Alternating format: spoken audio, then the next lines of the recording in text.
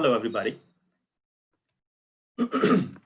I am Ashish Verma from Indian Cultural Society of East Brunswick.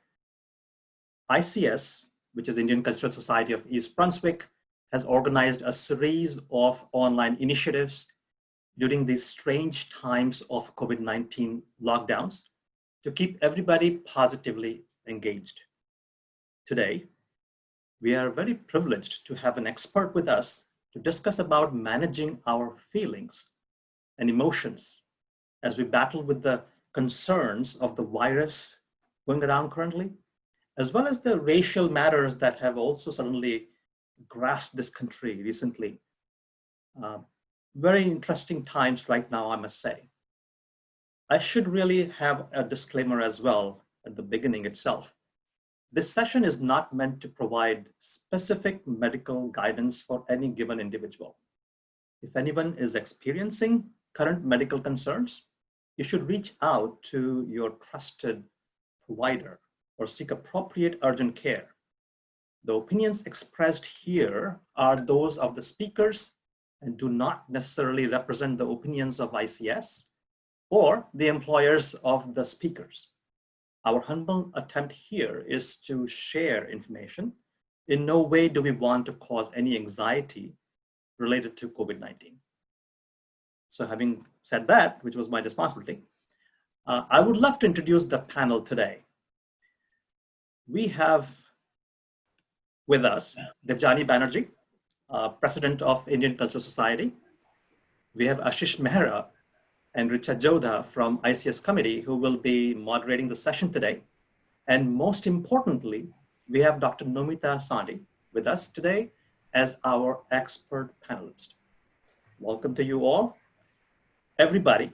And over to Debjani Banerjee to introduce Dr. Nomita. Thank you so much, Ashish. And welcome to the panelists. Welcome to our special speaker for the evening. Dr. Nomita Sonty has been extremely gracious to take out time over the weekend to spend an hour with us. So I'm not going to keep you long from listening to her, asking her questions. And before I introduce her officially, just wanted to say, we began with this session being managing our feelings around COVID-19. And another storm has struck us, and we are going to incorporate that into our conversation tonight because it is just too important to let this moment go by. So you will be, and I'm sure your anxiety also is around this turbulent time, which is COVID and the racial, the uprising that is fight for justice, and we're all part of it as a community. So it is, I think it's wonderful that we're holding this session with her, and I can't wait to hear from Dr. Sonty. Dr. Sonty is a resident of Bergen County, New Jersey. She is an associate professor of medical psychology at Columbia University. She is also the vice president of Awake New Jersey, a volunteer organization that serves the women and girls of South Asian diaspora. She manages, volunteers the educational program at Awake, and you can find more about them at awakeempowers.org. And I'm happy to say that some of the Awake members are watching us live on Facebook today, so I welcome them all on behalf of ICS. We have a relationship with them through our theater, through other various community programs. So, and we are very proud of this association with a wonderful organization that is doing, serving the much needed community of South Asian women and girls. With that, I welcome Dr. Sonty to begin this session, take us through her presentation, answer some of our questions. Welcome, Dr. Sonty. Thank you, Debjani. I'd like to thank you for helping organize this event today, and to ICS for inviting me to be here this evening, and to all of the audience. I mean, I can't see you, so I don't know how many of you are there, but thank you for spending a Sunday evening with us. I think it's an important enough topic for all of us to have a dialogue over. Probably not over this 1 hour session that we have, but I hope you'll take something away from here that you will then take home and talk to your families and friends about. Just to add to what Debjani had said, I've been at Columbia now for, it seems, Yeah, 22 years, as a matter of fact. This year it's 22. So I've been fossilized in that institution. But this year, with the pandemic, I've had the opportunity to do something really special and extremely touching. And that is to work with patients and families and some of our staff members who had to deal with, who were on the front line and had to deal with all of the fallout from COVID. We had faculty members whose family members were hospitalized. We had patients who were hospitalized where the families could not see them. And so we were at multiple places. I was able to interact with these different groups. And I think it was a phenomenally enriching experience and a privilege to work with all of them. So the conversation today is actually, or was supposed to have been, purely about re-engaging in the worlds that we've created in our workspace, as well as our families and our social systems. But because of the recent racial issues that have sprung up, not that the issues are recent, the issues are long-standing, but in light of what has recently happened, I think it was really important for us to include that as well, to be able to have a dialogue on that issue. So I'm going to go to my slides, and if I don't screw up, it should be an easy share. Let's see how we go there.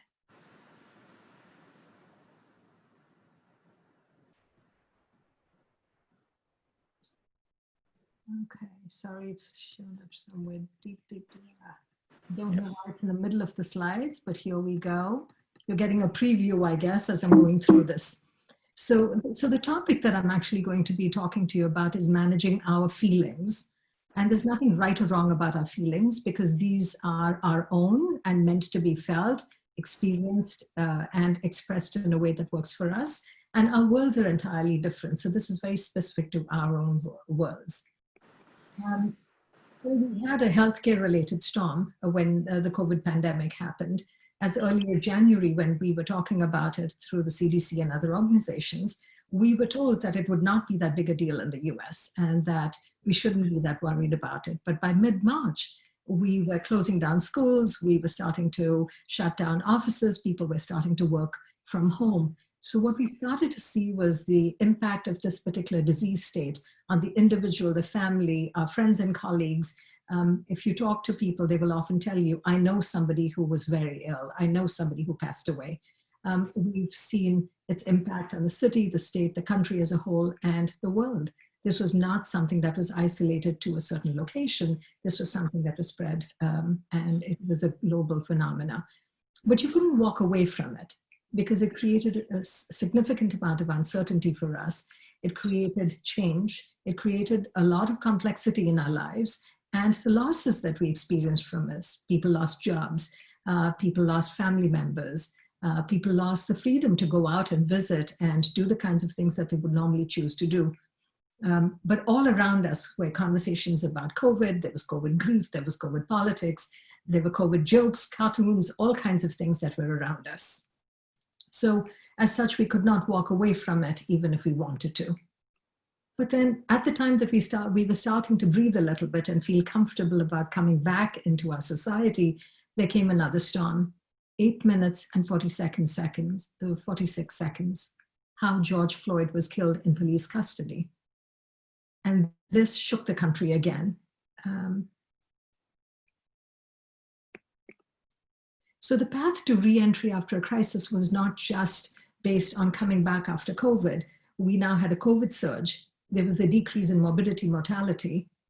Now we added the racial injustice surge that occurred, and the re-entry related to all of these factors led us to a position to wonder, what would it be like to have to go back into a community at this time? And with the protests that we've been having, there's a concern that there will be a resurge of the COVID-19 as well, because there's a large volume of people in small places and in close proximity, and where they're not able to socially distance from each other. So essentially, when you look at this, it's not just the phenomena that's taking place in the environment. Each of us views the world through our own lenses.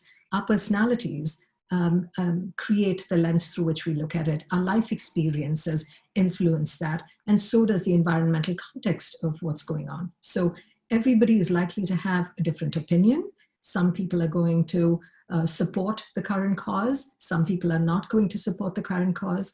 But there needs to be an opportunity for a dialogue, but also to recognize that different people, based on their life experiences, are going to have different opinions about this issue. So I thought what Rumi said was really important, because very often we ignore ourselves and hence we don't capture our entire experience. Rumi said, the pain you feel are messengers, listen to it.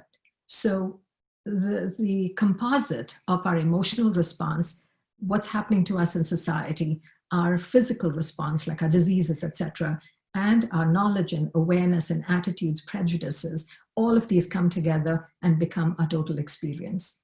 And as you can see, the interaction between each of these probably varies from person to person and varies depending on our developmental stage in life.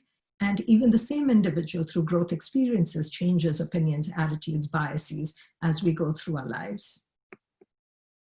So in the midst of all of this is the human being, and the human being is now starting to recognize all of this is having an impact on them. So by definition, what we mean by stress is any change in the ongoing pattern of life that forces you to accommodate. So during this period where there's a tremendous amount of accommodation that has been necessary, we've worried about our own health and health of people that we care about, like our elderly parents who live in other countries. People have had difficulty concentrating. I've heard so much about Zoom fatigue recently because we're spending hours and hours, not only at work on programs like Zoom, but also in our personal lives, interacting with families and friends and finding people that we've not interacted with for years and having these Zoom sessions with them. Some people have chronic diseases and not being able to go to hospitals, or the stress of what's been going on in the community has worsened their chronic diseases as well. Many of us have started engaging in sedentary activities. There are jokes about people saying the refrigerator should have a mask because you're constantly running to the fridge to eat something. We might also be becoming moody, and meaning to say you're becoming irritable, sad, or anxious or angry during this period of time, and may not particularly understand what it is that's causing it, but it's just there.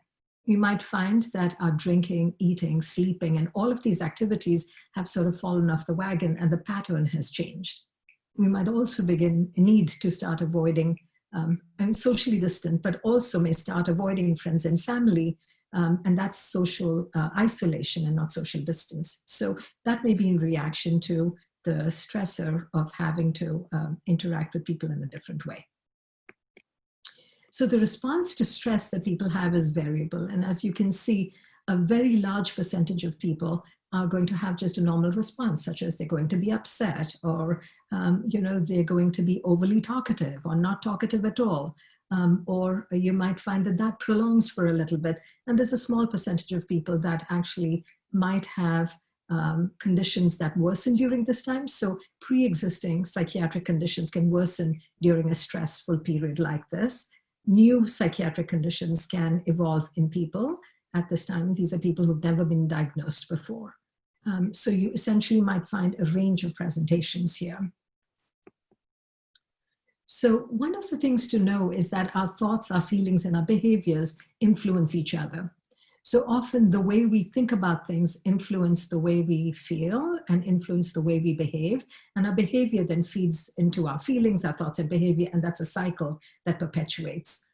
I was reading something the other day, and this is a person who writes about spirituality, and and her name is Linda Hogan. And this is a quote from 1997, in which she says, "Some people see scars and it is wounding, they remember. To me, they are proof of the fact that they are healing." And I wanted to put this in here because this has to do with the way she's thinking about situations. So if we think about a situation in a manner that makes us feel helpless, we are likely to behave in a helpless manner, and we're likely to feel depressed and anxious and so forth. So it's just a thought. And I thought I might give you an exercise here for you to do at a later time. Take a piece of paper and a pen, and in one column, write down what it is that you're thinking. And in another column, write down what it is you're feeling in the context of what you're thinking. And then I want you to pay attention to how the way in which you're thinking is actually affecting your feelings as well as your actions. So look at whether this is promoting your ability to re-engage with the community at this time, or you've become so overwhelmed and scared that you're afraid to go out. I see through my work with my patients, I see a range of sort of a pretty big dichotomy here. I see people who have not left the house in the last 2.5 to 3 months, have no intention of leaving it for another 2 weeks to 3 weeks. I've heard some of my older patients say something like, till there's a vaccine, I can't see myself going out. And I've had other people who've started socializing and not particularly socially distancing when they've invited people for dinner, or if you walk to a park, you might find some parks in which many of the people have masks on, and in others, people are walking around feeling pretty safe at this time. So there's a range again of responses that people have. And my thought is that it's stemming from how confident they are feeling at a time like this. So one of the types of thinking that we often engage in is catastrophic thinking. In pain management, we call it catastrophization. And what happens in that process is that you begin to worry and ruminate about a problem. And by rumination, I mean you're repetitively thinking about something, not with the attempt of finding a solution, but it's just circular thinking in your head. You wake up in the middle of the night, you're thinking about it. You start your day, you're thinking about it. Well, rumination obviously makes a problem much bigger than what it is. And when it's bigger than what it is, it makes you feel helpless. And the more helpless you feel, the more you ruminate. So there's a perpetual cycle that goes. We notice that that's very common among people who are anxious. You don't have to have an anxiety disorder to have this type of thinking pattern, but you could be a person who just is an anxious individual or have an anxious personality. So our perception of risk will influence how well we handle situations and how it feeds into our feeling of agency or a feeling of helplessness. So risk perception normally has two factors in it. One is the degree of hazard or threat we perceive in a situation, and the other one is the amount of outrage or an emotional response to that. So if the person has, and that then leads to risk perception, which is high or low. There are situations that are hazardous. So the emotional response should be high and the risk perception should be high. There are many other circumstances in which the threat level is not that high, but the outrage or the emotional response is really high. And then the reaction of the risk perception is that it is really high. So in that circumstance, you're really dealing with the emotion. I want to clarify that this word outrage includes a whole range of emotions here. Such as anxiety, depression, irritability, frustration tolerance, any one of those. Our unconscious biases are often our thoughts that perpetuate certain ways of thinking, feeling, behaving. And these influence our decisions. So often our unconscious biases are shortcuts that we use when we're trying to make a decision. So there are many, many studies that have looked at the effects of unconscious biases on decisions, in which age has been a factor that's influenced the decision, or gender has been a factor that's influenced the decision, or race has been a factor, or the location where this individual lives, their address has been a factor, or the college that they've gone to. So those factors, especially in the employment world, have worked against women, for instance, in being hired in different positions, or in some research studies, they've actually found that men who are taller or light-skinned are considered to be more intelligent than those who might be shorter or darker. So we have these unconscious biases. And so it's something for us to actually pay attention to become aware. Now, what makes us have these unconscious biases? It's the context, and the context is the lives we've led. Things that are familiar to us make us think a certain way. There are subtle social signals that we use that make us think a certain way. Ambiguity in a situation also creates more of a space for these unconscious biases. And attractiveness is another factor that influences how biased we are towards one or another situation. So we have what are called explicit biases, which are we are aware that we have those biases. So when we have racist thoughts, those are very often are explicit biases. And then there are implicit biases which are more of the unconscious biases that we are aware of the thought, but we don't think that that's a bias. So I just thought that in the context of what's happening over the last few weeks, we should really get comfortable with some of these concepts. The purpose of this discussion is really not to have a debate on this issue. And if you guys are that interested, maybe we can set something up at a later time. But the purpose of this is for us to become aware what each of these concepts mean. So, and each of these can actually cause irreparable harm to the individual. So if you look at the word racism, what does it mean? It means that it's a belief that one race has about another, thinking that you are innately superior to the other race. The second one is prejudice, right? And that is, we have unfair and inflexible beliefs about an entire group of people. Because if we rationally thought about it, how can an entire group of people have a certain attribute or a certain set of characteristics? So from that point of view, we all hold prejudices. I think we just need to become aware of what those prejudices are, where they come into play, and what kind of damage they do, and what are responsibilities in shifting that. And then the last one is discrimination. And in discrimination, it's unequal treatment of groups of people. It's not of a particular individual, but it's unequal treatment based on both implicit and explicit bias. So as we are looking at re-engaging with the world in the context of COVID and in the context of the racial injustice piece that we're dealing with, which has sort of come to the surface again this time, are three particular phases that we go through. The initial phase that we often go through is, are we safe? Will we be okay? Will our loved ones be okay? And so we're very insular during that period of time. The second one is really the maintenance phase, where we've now done an assessment of our personal risk, and we've recognized how much of risk is actually posed, how much of risk is there to us or our family, and what is our emotional reaction to the risk that we have at this particular time. If our risk perception is high, we can be anxious, we can be angry, we can be frustrated. If our risk perception is lower, we are likely to say, the whole world is dealing with something like this. We have to deal with this. Let me figure out a way in which I can manage the situation. So there's more acceptance during the maintenance phase. And the third one is recovery. And during the recovery phase, with caution, you begin to start taking steps to leave your home. You might now start going to the grocery store instead of ordering your food from, having the food delivered.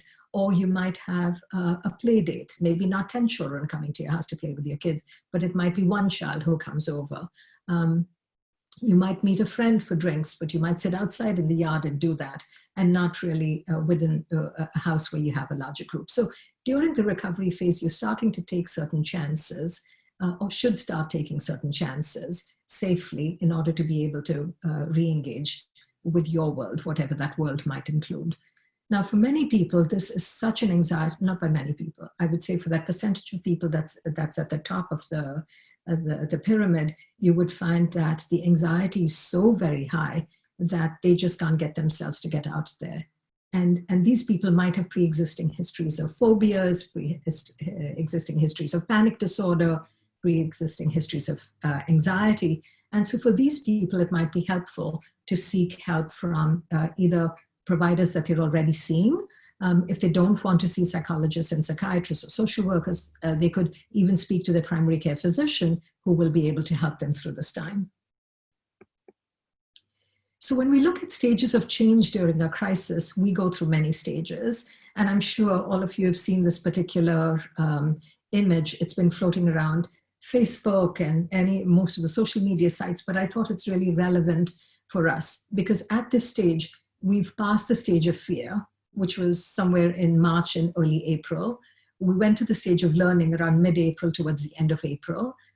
Hopefully there was a stage of growth for all of us towards the end of April into May. And now this is where we are. We've kind of passed the stages and we're at this place. We have to re-engage in society.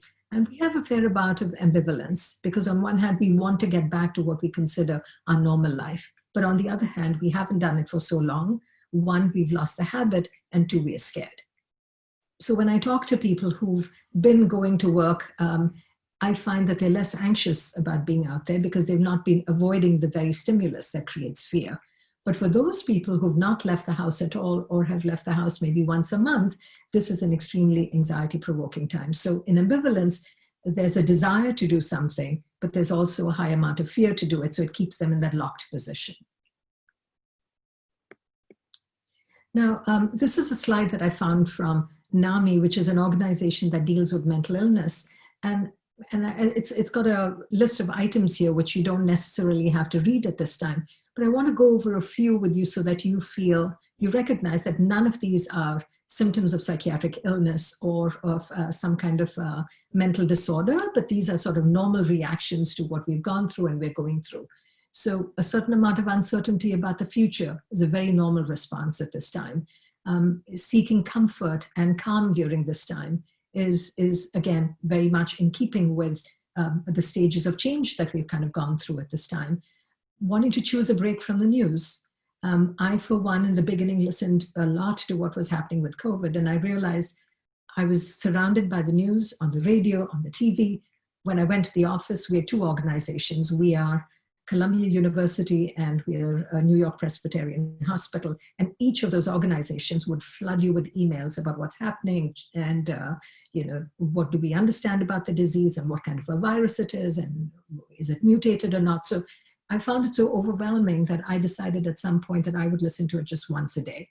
And I would listen to it at the end of the day because that's when most of the information is summarized, or that I would listen to the information from my employer and not really catch it from the public domain.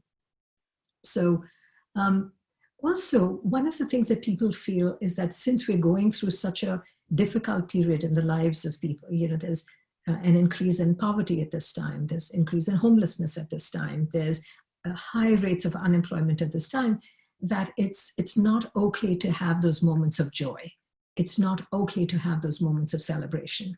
But we have to remember that those moments of joy and those moments of celebration give us the foundation based on which we can deal with adversity, based on which we can deal with very difficult situations that might come our way. So if you hesitate to make a decision, which is like the cognitive impact of being flooded with information, it's again perfectly okay at this time. So feel free to read this at a later time, but I'm going to move on to the next slide at this time. So I want to look at how do we get beyond this? One of the notions that we have to understand is that we are all resilient, and resilience technically means the ability to bounce back and recover.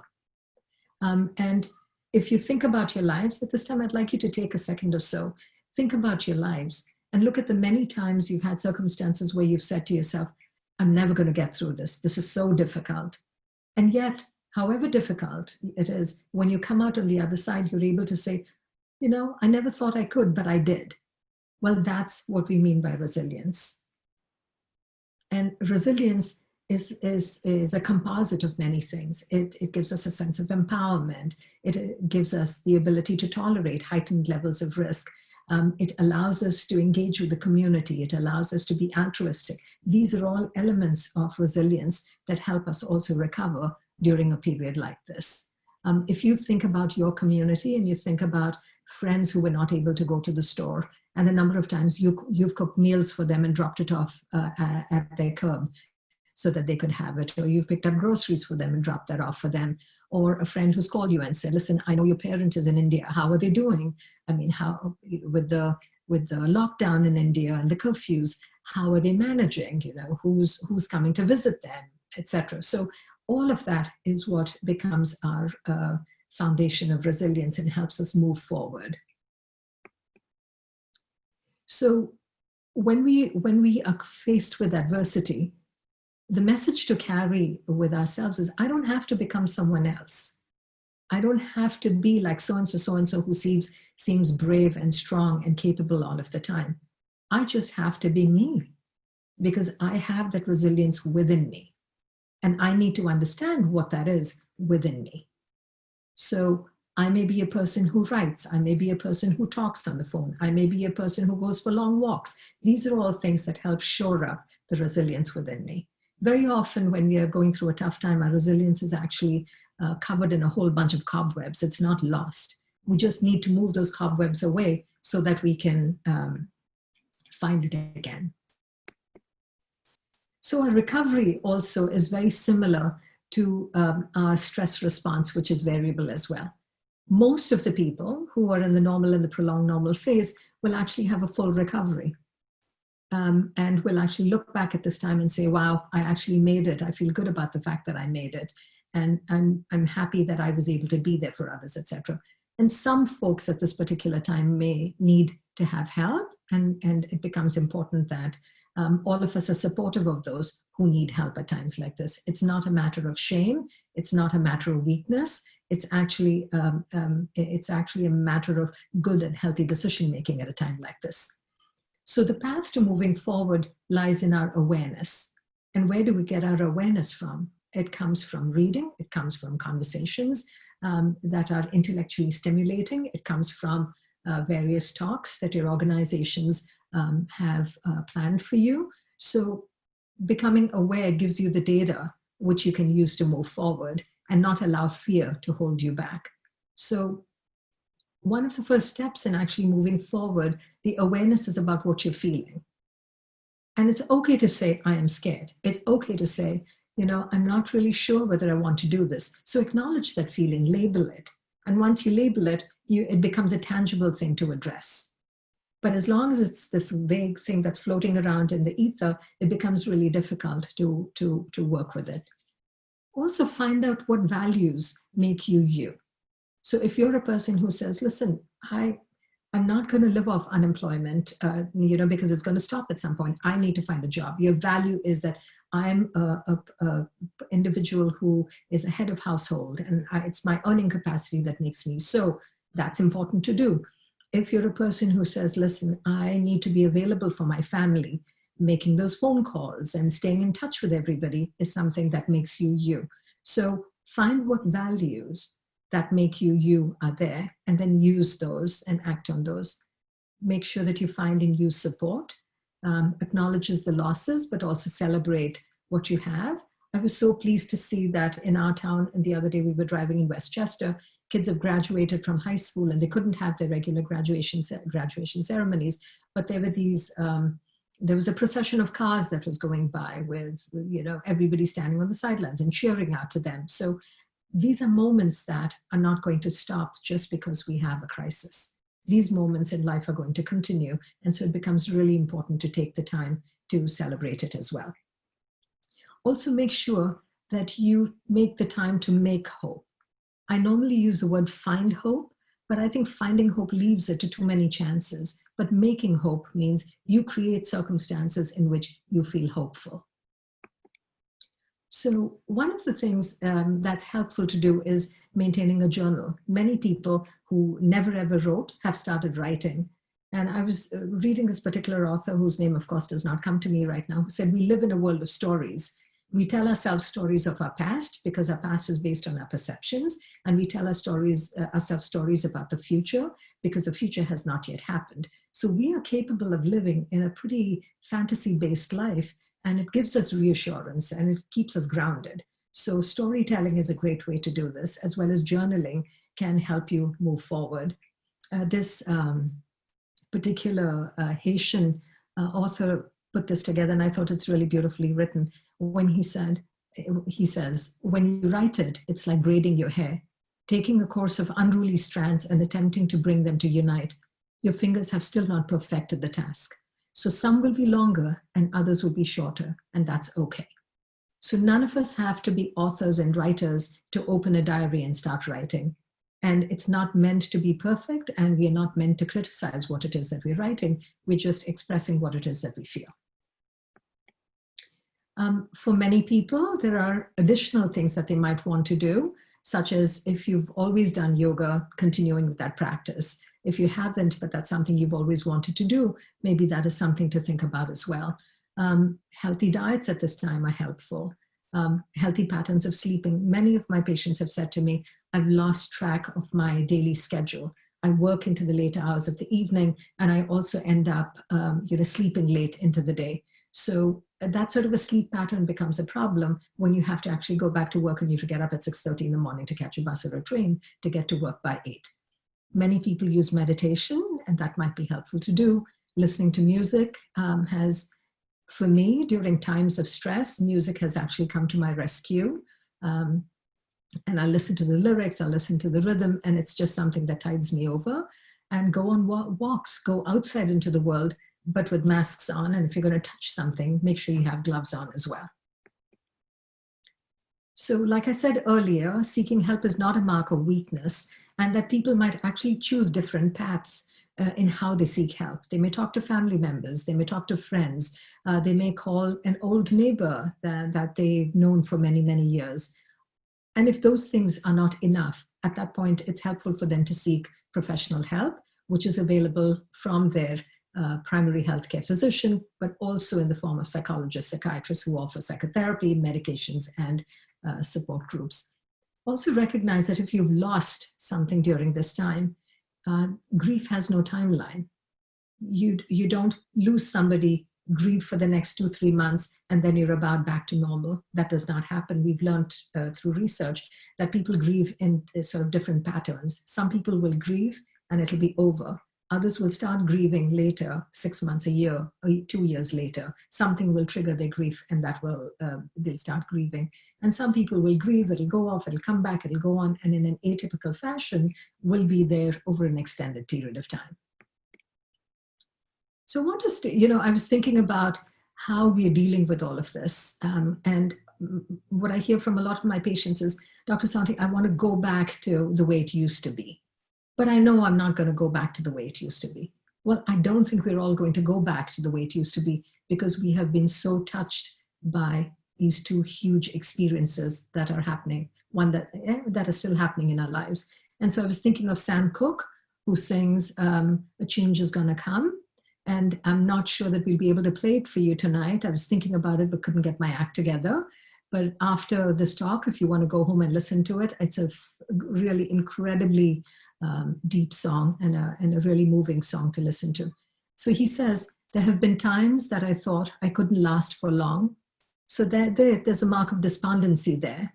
But now I think I'm able to carry on. There's the resilience coming out of this person. It's been a long, long time coming, but I know a change is going to come. Oh yes, it will. So there's hopefulness. So I want us to keep that in mind. At this point, I think I also want you to start thinking about, do the same things that used to matter to me 3 months ago still matter to me? And if they still matter to me, how much control do I have of making them happen? And if those things don't matter to me as much, how do I change what is important to me now and go in that direction? And of course, like I said, music is something that really drives me. I'm sure all of you have heard the song by John Lennon, and it's Imagine. And he says, you may say, I'm a dreamer. Our old life is there. It's what makes us who we are. But we have to look at the future to develop this new life, which is a combination of the old life and whatever the future brings to us. In this period has been times of tremendous personal growth. I hear from my patients, I've not been able to spend this much time with my children in the past. I am able to spend more time with them now. I didn't have time to take up drawing or painting or things like that, and I've now created the time to do that. So we sow the seeds for a future that might be different, which creates hope and sort of a brightness in our life. So imagine all the people live in life in peace. You may say, I'm a dreamer, so it's just maybe my way of thinking, but I'm not the only one. I hope someday you'll join us and the world will be as one. And that's by John Lennon. Thank you. I have a bunch of references at the back, but they're not complete. If you need some references for me, feel free to send me a note. Thank you so much for listening to me. Thank you so much, Nomita. This was really helpful. And the best thing is the presentation is going to stay here. So if it was a lot of information that you can't absorb as we are going through, you can always go back, refer. I'm going to do that. And, we have questions that we got from our members, and we have a participant here who's on Zoom. So I am going to briefly open it up. So the panelists will also ask you a question. And I see Mukul Singh. Is it Mukul Singh? He's on Zoom here with us. But before I go, interesting, before I leave your slides, I have a question. You talked about the ambivalence, right? To go, and then the risk perception. And I got a question on Facebook and I'm going to tie this so that we have answered that right away. It's the stress level of that people perceive, right? And they, like you said, some are going out mingling, and there are some COVID isolators who have not gone out, who have used Instacart to the best, have found ways, have not stepped out, have run a marathon around their houses. And you know, I'm probably one of them, and I'm also struggling. And this is a fight we are having with our children also. And I think later they have a question as to how we are handling our kids, as they are sort of, we're out of it, they think, and they're not ready to listen to us anymore. And the isolators have now more anxiety because they're trying to control their kids, their environment as much as they can. My question was, would you be able to give us quickly some technique as to, you know, like a couple of steps or to arrive at a place where some rational thought creeps in, or you can move beyond this? So I think the key thing is to look at how safe you feel, right? We all have to create a sense of safety in order for us to be able to get out there and do the things we must do. These are not things we'd like to do. It's not like going to the theater or going to a restaurant, but going to work is necessary. Maybe going to the stores is necessary to get groceries. Maybe even opening up schools and having kids go to schools is necessary. So in some way, we've got to create a sense of safety. So my thought is that the CDC has given us a bunch of guidelines, and most of our employers have given us a bunch of guidelines on what is considered to be safe. So wearing masks when you go out is safe. So if kids want to go out, yes, you can go out, but you have to keep your mask on. If you're going out, yes, your car can't have 8 kids in that car. Maybe 2 of you can go in the car. So, you know, making sure that we follow the guidelines. We're also making sure that it's not our anxiety that we're projecting onto them. Because at the end of the day, the way we've lived for 3 months is not the way we can continue to live for the future. Sure. So what we have to do is, in this environment, we have to begin to start creating a sense of safety for ourselves. Okay, wonderful. Yes, and not projecting our anxiety onto the rest of the family who are ready to move out of this space, I guess. Yes. Does Mukul have a question now? I don't see the video, and then I guess we'll move on to, we have quite a few questions to have before, because the clock's ticking. Ashish, do you have, I see. Mukul, do you want to turn on your audio and ask the question? Right. Maybe you're struggling with the audio, so maybe we move on to the Facebook question. All right, so Ashish and Richa have lined up, organized the questions that we've received through our membership, and we'll go over that now. Thank you. Hello, hi, Dr. Sonty. So I have a couple of questions which have been created from our membership over a couple of days. Mm-hmm. So one of the question is for the elderly parents who are residing with their children right now, right? So they are living in the US and now they're with their kids. Can you talk about that? How do they feel right now, and how can we give them that sense of control back? Right. So it's a great question that you're asking, because I did a talk about just last Sunday or Saturday to a group of seniors in Westchester. And one of the questions that the gentleman, who's probably in his mid to late 70s, said is, take my control back. And so I think the key thing is to recognize that you and your children are on the same page. They want to keep you safe for posterity, and you want to be safe as well. But you don't want to be treated like a child at the same time. So you don't want to hear from them, no, you shouldn't go out of the house. No, you cannot do this, you cannot do the other. Recognizing that this is another autonomous adult that you're interacting with. And much as you care for them, it's not okay to take their freedom away from them, right? So from that perspective, I think it becomes helpful to have a dialogue in the family. So have a family meeting, and the conversation in the family is, how do we keep all of us safe? So if I go to the office and I come back and I have elderly parents at home or children at home, I need to follow certain steps when I come home.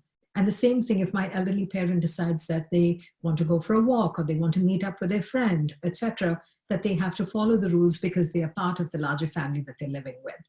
But they have to be able to have their autonomy. Thank you, and it makes sense. Yes, and it does make sense. One of the next question is, I want you to touch on the anxiety level, especially for us like Indians who like to have the parents back home. And now we see that the cases in India are like rising. They're at the rising stage right now. So can you talk about that, that how to handle anxiety, especially like for us, like whose parents are back home? You know, that's a difficult, it's a really difficult situation. For example, my dad is 92 and he lives on his own in Chennai. And my sister and brother, we are in the US. And at this time, even if we wanted to go there and be with him and help him out, there's no way that we could go. So we have to rely on his decision making. We are fortunate that he's healthy enough that he makes wise decisions. So he's been careful about not interacting with people. So if I had to summarize it, I would say, I think educate them in terms of what would keep them safe. Make sure that they have resources available. So, you know, if they don't have anybody that can drop groceries off, is there a way by which you can order things for them? Or you have a friend or a relative who could do that for them and drop it off for them? At this particular time, the financial situation is also rather bleak.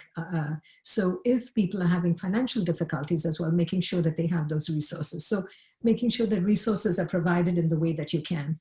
But at the end of the day, I think you've got to look at what's within my control to do, and what is it that I have to accept as an unfortunate set of circumstances that I cannot make any change to.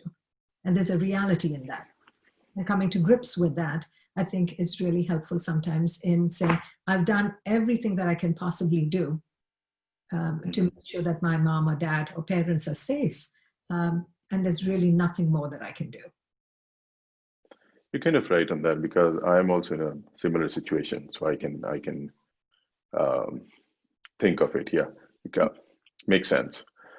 Let me switch like gear a little bit. Like with the COVID-19 situation, and now we also have the Black Lives Matter movement going on, right?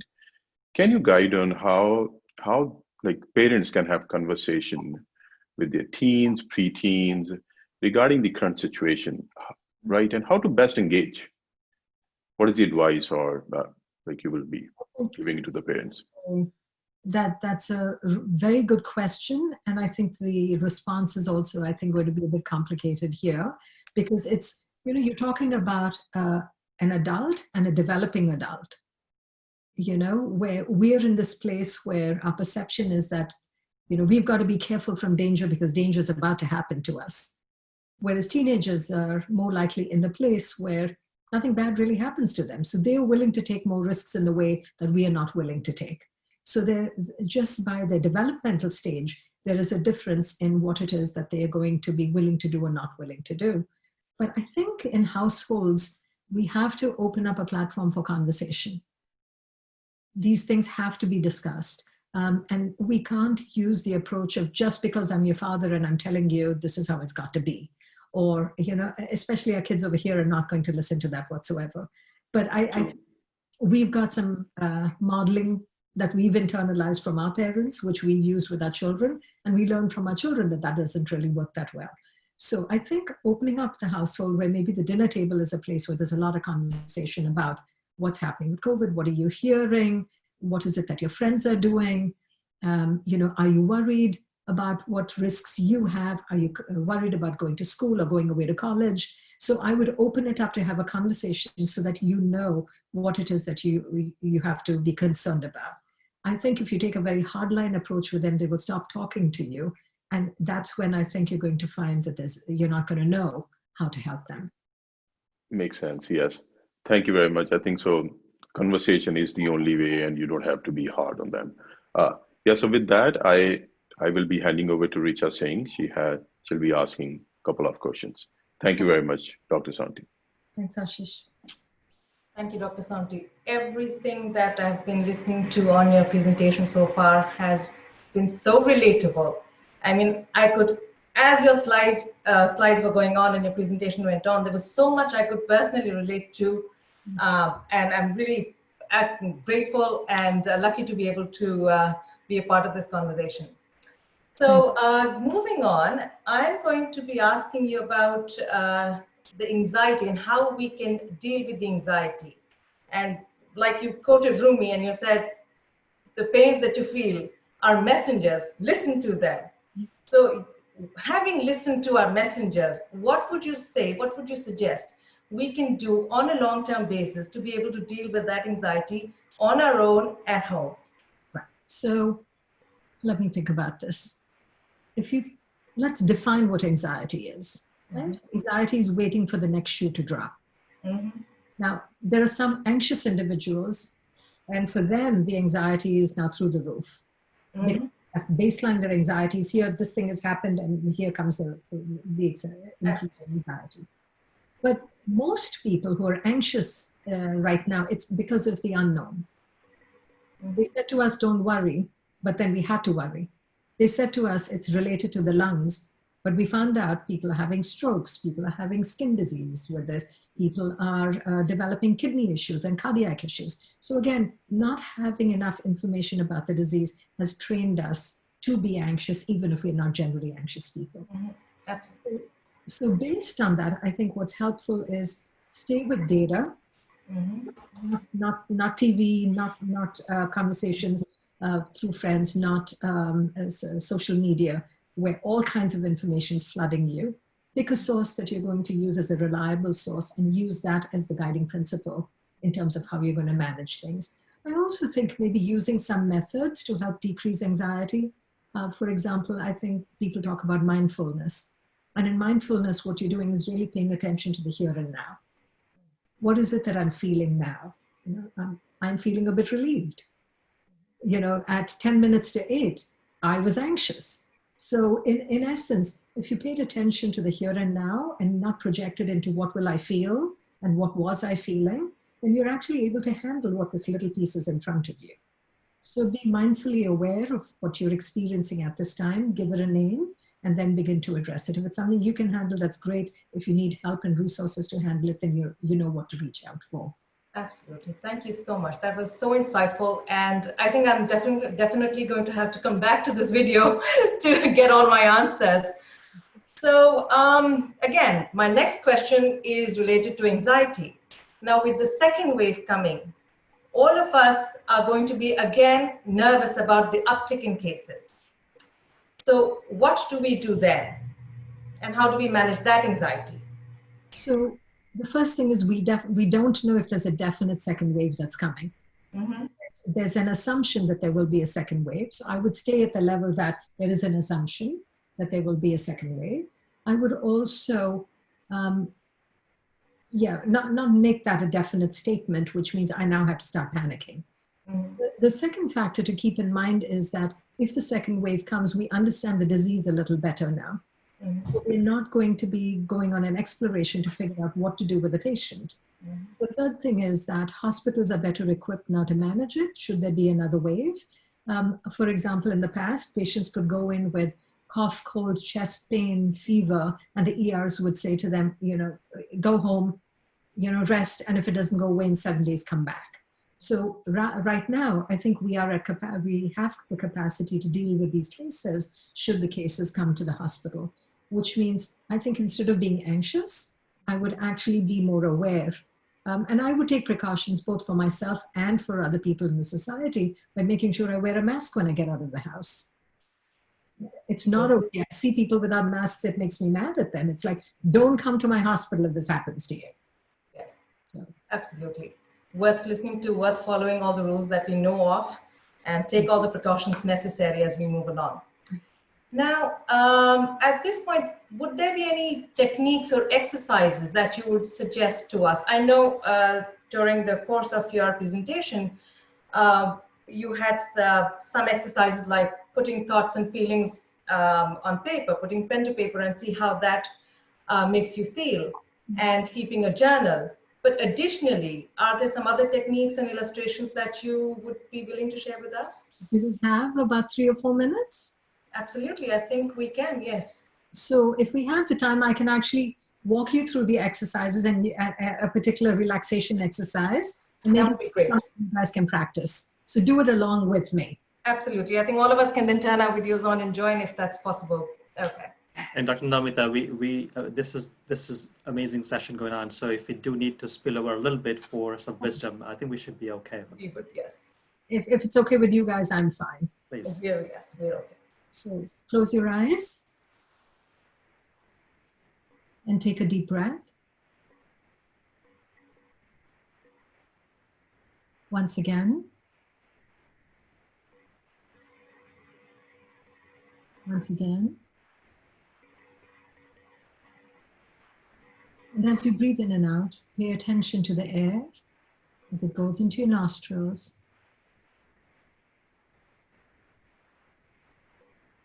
Never hold your breath, just breathe slowly and continuously.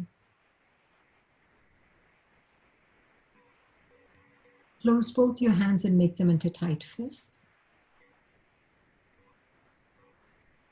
Feel the tension in your hands and recognize that that's what your tight muscles in your hands would feel like if you were starting to get stressed.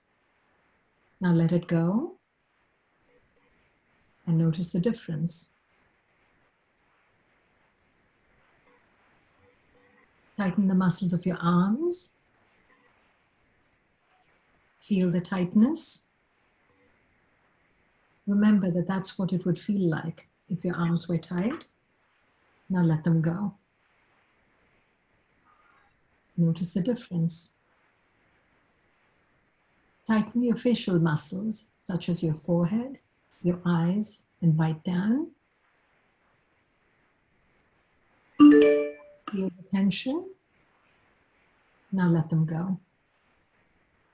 And remember that a relaxed jaw is one in which your upper and lower teeth are not touching each other. You can keep your lips together, but just let your lower jaw hang. Turn your head to the right. Feel the stretch.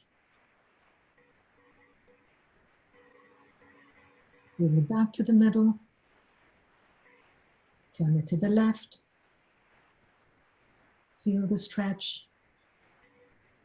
Bring it back to the middle. Bring your chin down.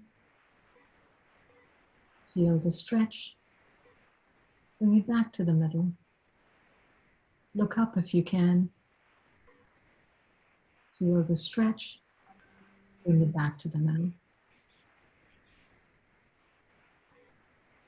Raise your shoulders and hold them tight. Feel the tension in your neck and shoulders. Now breathe out and bring them all the way down. And notice the difference in the way they feel. Breathe in again, raise your shoulders, tight, tight, tight. Now breathe out and bring it down. Tighten the muscles between your shoulder blades. Now let them go. Tighten the muscles of your low back. Feel the tension. Let it go. Tighten the muscles of your hips. Feel the tension. Let it go. Tighten the muscles of your thighs. Let it go. And tighten your calf muscles. Let them go. Take a deep breath again. And as you breathe out, release any tightness you feel in any part of your body. As your body begins to relax, allow the muscles of your arms and legs to feel heavier and heavier.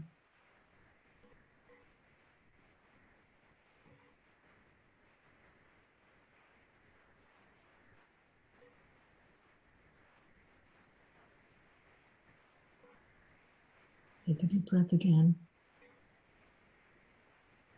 And slowly open your eyes.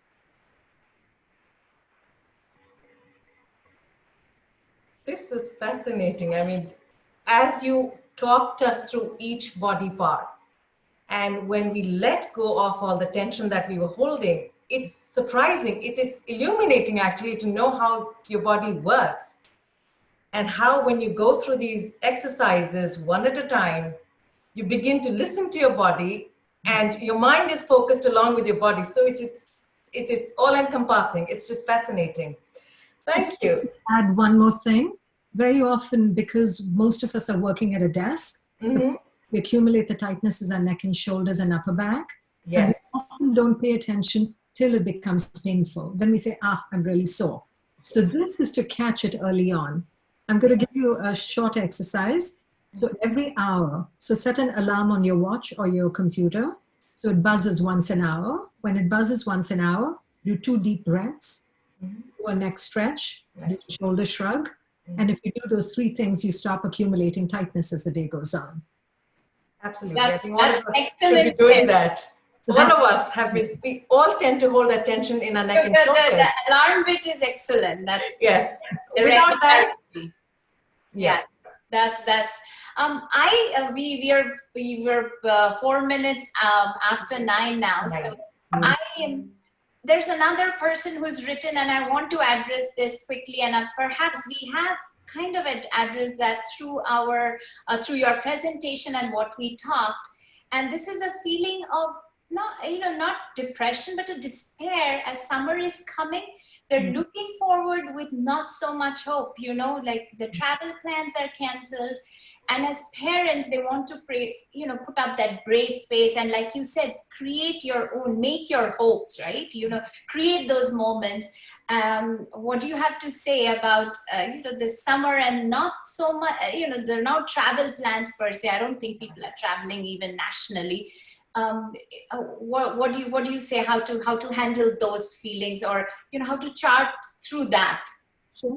So there's a reality in it, and the reality is, even if the planes are filling up the skies, all of us are now nervous to get on a plane, and so we think twice about whether we should. And even if we get on a plane, where do we go?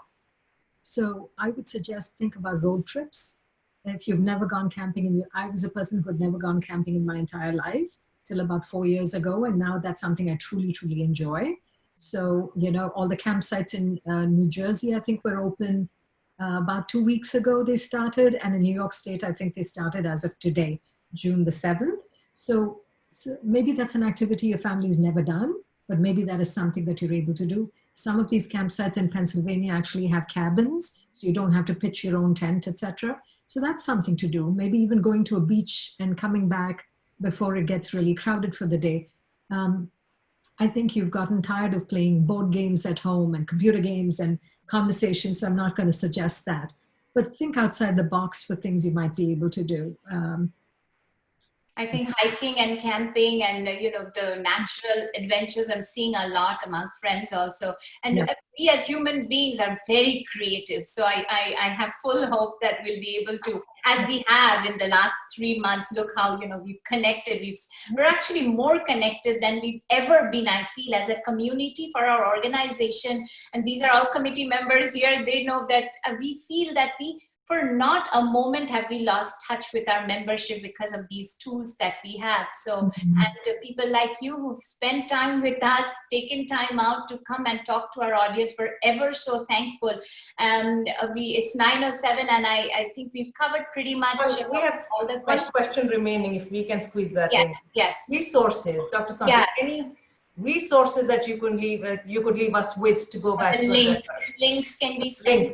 So my has some of the references. I know who are talking about maybe having conversations with their kids about the racial issue. That's something we're currently dealing with. That's actually, my sister sent me this reference from the American Pediatric Association, how to talk to your children about racial tension. So that's listed in it. So take a look at those. If you need any more than what's already listed, just send me a text and I can find you some more. Thank you so much. So I guess this conversation continues, now, like in our families, in our living rooms. And this is, it's a strange time, as just about when we were conquering COVID, in which we will, through science and medical, the racial war is the justice, the movement I feel is a harder thing. It's a long term. And the fabric of our society probably needs to change with us learning as South Asian community about the history of this country, the people. I think this discussion is important, but thank you so much. It was very needed at this time. On behalf of ICS committee, the trustees, our sister organization, the ICS theater people, we thank you for coming and spending this hour with us. Thank you so much. Thank you so much. Really. Thank you, Dr. Sonty, and also Thank to you, Dr. the Sonty. sister organization Awake that has been also very supportive, and I just really appreciates that. For all our viewers, I do want to mention that, just a reminder that this session is not really meant for providing any specific medical guidance to any specific individual. And if anyone is experiencing any current medical concerns, you should reach out to your trusted provider or seek appropriate urgent care. The opinions expressed here are of the speakers themselves. They don't necessarily represent ICS or their employers. So just a reminder, as usual. And again, thank you, everybody, and especially thank you, Dr. Sonty. Thank you, and good night, everybody. Bye. Thank you. Thank you. Good night. Good night.